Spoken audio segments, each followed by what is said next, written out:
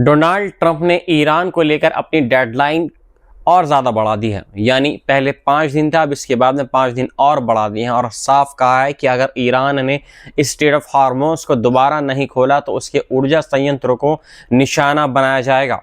लेकिन जवाब में इस्लामिक रेवोल्यूशनरी गार्ड कॉर्प्स ने भी कड़ा रुख अपनाते हुए ऐलान कर दिया है कि अमेरिका और इजराइल का साथ देने वाले देशों के बंदरगाहों तक जाने वाले जहाज़ों पर रोक लगा दी जाएगी। यानी अब समुद्री रास्ते भी इस युद्ध का हिस्सा बन चुके हैं और हालात तेजी से बिगड़ते जा रहे हैं।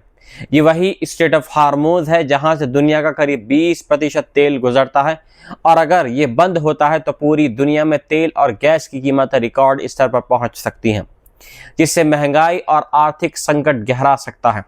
28 फरवरी से शुरू हुई इस जंग में यूनाइटेड स्टेट्स और इजराइल के हमलों के बाद पूरी मिडल ईस्ट में संघर्ष फैल चुका है और हज़ारों लोगों की जानें जा चुकी हैं, जबकि लेबनान में भी हालात बिगड़ गए हैं, जहां बड़े पैमाने पर लोग अपने घर छोड़ने को मजबूर हो चुके हैं। इस बीच कूटनीतिक हल की कोशिशें भी जारी हैं और पाकिस्तान एक अहम मध्यस्थ बनकर सामने आया है, जहां संभावित बातचीत की तैयारी की जा रही है। जॉन वैटफुल ने संकेत दे दिया है कि दोनों पक्षों के बीच अप्रत्यक्ष संपर्क पहले से चल रहे हैं और जल्द ही सीधी बातचीत हो सकती है। दूसरी तरफ ट्रंप ने 6 अप्रैल तक का अल्टीमेट दे दिया है और कहा है कि अगर इस दौरान कोई समझौता नहीं हुआ तो बड़े हमले किए जा सकते हैं। हालांकि उन्होंने ये भी दावा किया है कि बातचीत अच्छी चल रही है, लेकिन ज़मीन पर हालात इसके बिल्कुल उलट नज़र आ रहे हैं। इस पूरे संकट का असर अब वैश्विक बाजारों पर साफ दिखाई दे रहा है, जहां कच्चे तेल, गैस और उर्वरक की कीमतें तेजी से बढ़ रही हैं और इसका सीधा असर आम लोगों की जेब पर पड़ सकता है। अब सबसे बड़ा सवाल यही है कि क्या आने वाले दिनों में बातचीत से ये संकट टल जाएगा या फिर ये जंग और ज़्यादा खतरनाक रूप लेकर पूरी दुनिया को एक बड़े आर्थिक और सैन्य संकट में धकेल देगी। वहीं दूसरी ओर ईरान के अंदर मौत का आंकड़ा लगातार बढ़ता ही जा रहा है। ताज़ा रिपोर्ट्स के मुताबिक international federation of red cross यानी रेड क्रिसेंट सोसाइटीज़ ने बताया है कि यूनाइटेड स्टेट्स और इजराइल के हमलों की शुरुआत से अब तक 1900 से ज़्यादा लोग मारे जा चुके हैं, जबकि 20,000 से ज़्यादा लोग इसमें घायल हो चुके हैं। ये आंकड़े ईरानी रेड क्रिसेंट के हवाले से सामने आए हैं, जो इस समय देश में सबसे बड़ा राहत संगठन बनकर काम कर रहा है। इस जंग का असर सिर्फ सैन्य ठिकानों तक सीमित नहीं रहा है, बल्कि आम नागरिक भी इसकी झपेट में आ रहे हैं। अस्पतालों पर दबाव बढ़ाया गया है, शहरों में तबाही के दृश्य हैं और बुनियादी ढांचे तेजी से नष्ट हो रहे हैं। रिपोर्ट्स के मुताबिक ये संघर्ष अब पूरे मिडल ईस्ट में फैल चुके हैं और इसके कारण लाखों लोग प्रभावित हो रहे हैं।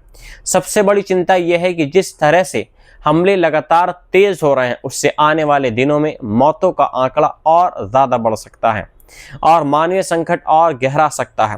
राहत एजेंसियां लगातार काम कर रही हैं, लेकिन हालात इतने ख़राब हैं कि मदद पहुंचाना भी एक बड़ी चुनौती बन गया है।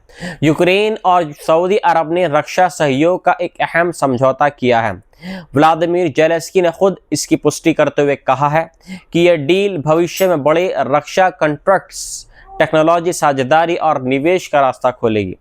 ये समझौता उस वक्त हुआ है जब जेलेंस्की अचानक खाड़ी दौरे पर पहुंचे हैं और उन्होंने मोहम्मद बिन सलमान से मुलाकात की है। इस बैठक में दोनों देशों ने सुरक्षा और रक्षा को मजबूत करने पर जोर दिया है और जेलेंस्की ने कहा है कि यूक्रेन अपने अनुभव और सिस्टम सऊदी अरब के साथ साझा करने के लिए तैयार है, जबकि सऊदी अरब की क्षमताएं भी यूक्रेन के लिए काफ़ी महत्वपूर्ण है, जिससे यह सहयोग दोनों के लिए फ़ायदेमंद बन सकता है। ये पूरी डील ऐसे समय में हो रही है जब रूस के खिलाफ यूक्रेन की जंग 5वें साल में पहुंच चुकी है और दूसरी तरफ ईरान के साथ बढ़ते संघर्ष के कारण अमेरिका की सैन्य सप्लाई पर भी सवाल खड़े हो गए हैं। रिपोर्ट्स के मुताबिक यूनाइटेड स्टेट्स अपने हथियारों का सप्लाई को मिडल ईस्ट की ओर शिफ्ट करने पर विचार कर रहा है, जिससे यूक्रेन पर दबाव बढ़ सकता है। इसी बीच यूक्रेन ने एक बड़ा कदम उठाते हुए 220 से ज़्यादा सैन्य जानकारों को मिडल ईस्ट भेजा है, जो वहां के देशों को ड्रोन हमलों से बचाव के तरीके सिखा रहे हैं। ये वही ड्रोन टेक्नोलॉजी है जिसने रूस यूक्रेन जंग का पूरा स्वरूप बदल दिया है। यूक्रेन ने तेजी से अपने ड्रोन प्रोडक्शन को और ज़्यादा बढ़ा दिया है और अब वे रोज़ाना करीब 2000 ड्रोन इंटरसेप्टर बनाने की क्षमता रखता है। यही वजह है कि अब वे अपने सैन्य जानकारों को दूसरे देशों के साथ शेयर कर रहा है और इसके बदले में फंडिंग और टेक्नोलॉजी हासिल करना चाहता है।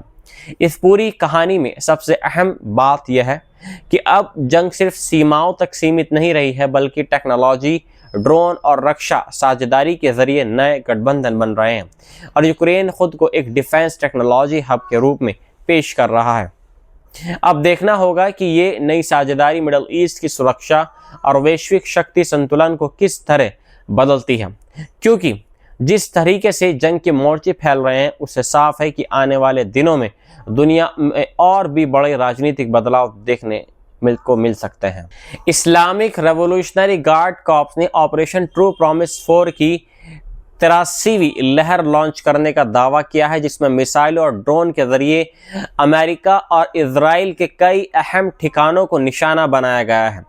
IRGC के मुताबिक ये हमला अबा अब्दुल्लाह अल हुसैन कोड के तहत किया गया है और इसमें लंबी दूरी और मीडियम रेंज मिसाइलों के साथ साथ मल्टी वॉरहेड सिस्टम और सुसाइड ड्रोन का इस्तेमाल किया गया है। इस हमले में अशदोद के ऑयल डिपो और स्टोरेज टैंक, मौदीन इलाके का सैन्य ठिकाना, अमेरिकी मिलिट्री इंफॉर्मेशन सेंटर और अल दफरा अल उदैरी और अली अल सलीम जैसे अमेरिकी एयरबेस को निशाना बनाने का दावा किया गया है। इसके अलावा शेख ईसा बेस पर पैट्रियट मिसाइल सिस्टम के मेंटेनेंस हैंगर और फाइटर जेट्स के फ्यूल टैंक को भी टारगेट किया गया है। ईरान ने दावा किया है कि ये सभी हमले पूरी तरीके से सफल रहे हैं और दुश्मन को भारी नुकसान पहुंचा रहे हैं। ईरान ने यह भी कहा है कि इन लगातार हमलों की वजह से इजराइल के अंदर हालात ऐसे हो गए हैं कि लोग सायरन से सायरन के बीच जीने को मजबूर हैं और लंबे समय तक बंकरों में रहना उनकी रोज़मर्रा की ज़िंदगी बन गई है। ये जवाबी कार्रवाई 28 फरवरी को शुरू हुई थी। अमेरिका इजराइल हमलों के बाद शुरू हुई थी, जिसमें ईरान के शीर्ष नेता अली खामनेई समेत कई बड़े सैन्य अधिकारी इसमें मारे गए थे। इसके बाद से अब तक 83 लहरों में हमले किए जा चुके हैं। इस जंग में हिजबुल्लाह और इराक की इस्लामिक रेजिस्टेंस भी ईरान के साथ आ गई है और उन्होंने भी कई मोर्चों पर हमले तेज कर दिए हैं। इसी बीच ईरानी सेना ने हाइफा पोर्ट पर भी ड्रोन हमला करने का दावा किया है, जहां नौसेना से जुड़े अहम ठिकानों और फ्यूल स्टोरेज को निशाना बनाया गया है। वहीं ईरान के सैन्य प्रवक्ता अब्दुल फजल शेखराची ने दावा किया है कि अमेरिकी सैनिक अब अपने सैन्य बेस छोड़कर होटलों में छिपने को मजबूर हो गए हैं और इसे उन्होंने अमेरिका की कमजोरी और पीछे हटने का संकेत बताया है। कुल मिलाकर हालात ऐसे बन चुके हैं जहां ये जंग अब सिर्फ सीमित संघर्ष नहीं रही है, बल्कि पूरे वेस्ट एशिया में फैल चुकी है और हर नए हमलों के साथ ये और ज़्यादा खतरनाक और कंट्रोल से बाहर होती जा रही है। हिजबुल्लाह ने दावा किया है कि उसने सिर्फ 24 घंटे के भीतर दक्षिणी लेबनान और उत्तरी कब्जे वाले फिलिस्तीन में मरकावा टैंकों को बड़े पैमाने पर तबाह कर दिया है। रिपोर्ट्स के मुताबिक बुधवार को कम से कम 21 टैंक नष्ट कर दिए गए हैं और गुरुवार सुबह तक 20 और टैंकों पर हमला किया गया है, जिससे कुल संख्या तेजी से बढ़ गई है। 2 मार्च से अब तक करीब 73 टैंक नष्ट होने का दावा किया गया है, जबकि ताज़ा हमलों के बाद ये आंकड़ा 100 के करीब पहुंचता दिखाई दे रहा है। लेबनानी रेजिस्टेंस के अनुसार देबल अल कतारा, तैयब और देर सिरियान जैसे कई इलाकों में गाइडेड मिसाइल और ड्रोन के जरिए टैंकों को निशाना बनाया गया है, जहां कुछ जगहों पर एक साथ कई टैंक तबाह किए गए हैं। इस ऑपरेशन को मरकावा मास्केर कहा जा रहा है, जो 2006 की जंग की याद दिला रहा है, जब कम संख्या में लड़ाकों ने भारी टैंक को नुकसान पहुंचाया था। सैन्य जानकारों का कहना है कि इस बार भी रणनीति वही है, जहां सस्ते एंटी टैंक मिसाइलों का इस्तेमाल कर महंगे टैंकों को निशाना बनाया जा रहा है। एक तरफ जहां एक मिसाइल की कीमत कुछ $1000 होती है, वहीं एक मरकावा टैंक की कीमत करीब $6 मिलियन तक बताई जा रही है। और इसे बनाने में करीब 2 साल लगते हैं। यानी ये लड़ाई सिर्फ हथियारों की नहीं बल्कि लागत और रणनीति की भी बन गई है। बताया जा रहा है कि बुधवार को ही हिजबुल्लाह ने रिकॉर्ड 87 ऑपरेशन किए जिनमें मिसाइल और ड्रोन दोनों का इस्तेमाल हुआ है। ये हमला उस लंबे तनाव के बाद आया है जब लेबनान के दक्षिणी इलाकों में लगातार हमले हो रहे हैं। अब हालात ऐसे बन चुके हैं कि ये जंग धीरे धीरे कई मोर्चों पर फैल रही है और हर दिन नए सैन्य रिकॉर्ड बन रहे हैं। सबसे बड़ा सवाल यही है कि क्या ये टैंक नुकसान युद्ध की दिशा बदल देगा या फिर ये संघर्ष और ज़्यादा भयंकर रूप ले लेगा, क्योंकि जिस तेज़ी से हमले बढ़ रहे हैं वह पूरे क्षेत्र को एक बड़े युद्ध की ओर धकेल रहे हैं। इयाल ज़मीर ने इजराइल की वॉर कैबिनेट को चेतावनी देते हुए कहा है कि इजराइल की सेना अंदर से टूटने के कगार पर पहुंच चुकी है और उन्होंने 10 रेड फ्लैग्स उठाते हुए साफ संकेत दे दिए हैं कि हालात बेहद गंभीर हैं। ये बयान एक हाई लेवल मीटिंग में किया गया है जिसमें बेंजामिन नेतन्याहू समेत कई बड़े अधिकारी मौजूद थे। रिपोर्ट्स के मुताबिक सेना उस वक्त अभूतपूर्व दबाव में है और अगर तुरंत कदम नहीं उठाए गए तो उसकी ऑपरेशनल क्षमता पर बड़ा असर पड़ सकता है।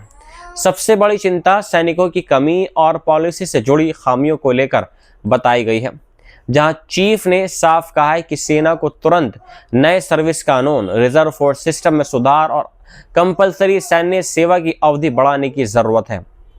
लगातार चल रही जंग और कई मोर्चों पर लड़ाई की वजह से सैनिक थक चुके हैं और संसाधनों पर भी भारी दबाव है। ये चेतावनी ऐसे समय पर आई है जब इजराइल एक साथ कई फ्रंट्स पर संघर्ष कर रहा है, जिससे सेना की क्षमता पर गंभीर सवाल खड़े हो रहे हैं। अब सबसे बड़ा सवाल यह है कि क्या इजराइल सरकार इस चेतावनी को गंभीरता से लेकर तुरंत फैसले करेगी या फिर हालात और बिगड़ेंगे, क्योंकि अगर सेना की स्थिति कमज़ोर होती है तो इसका सीधा असर पूरे युद्ध के परिणाम पर पड़ सकता है और मिडल ईस्ट का ये संघर्ष और भी कंट्रोल से बाहर हो सकता है।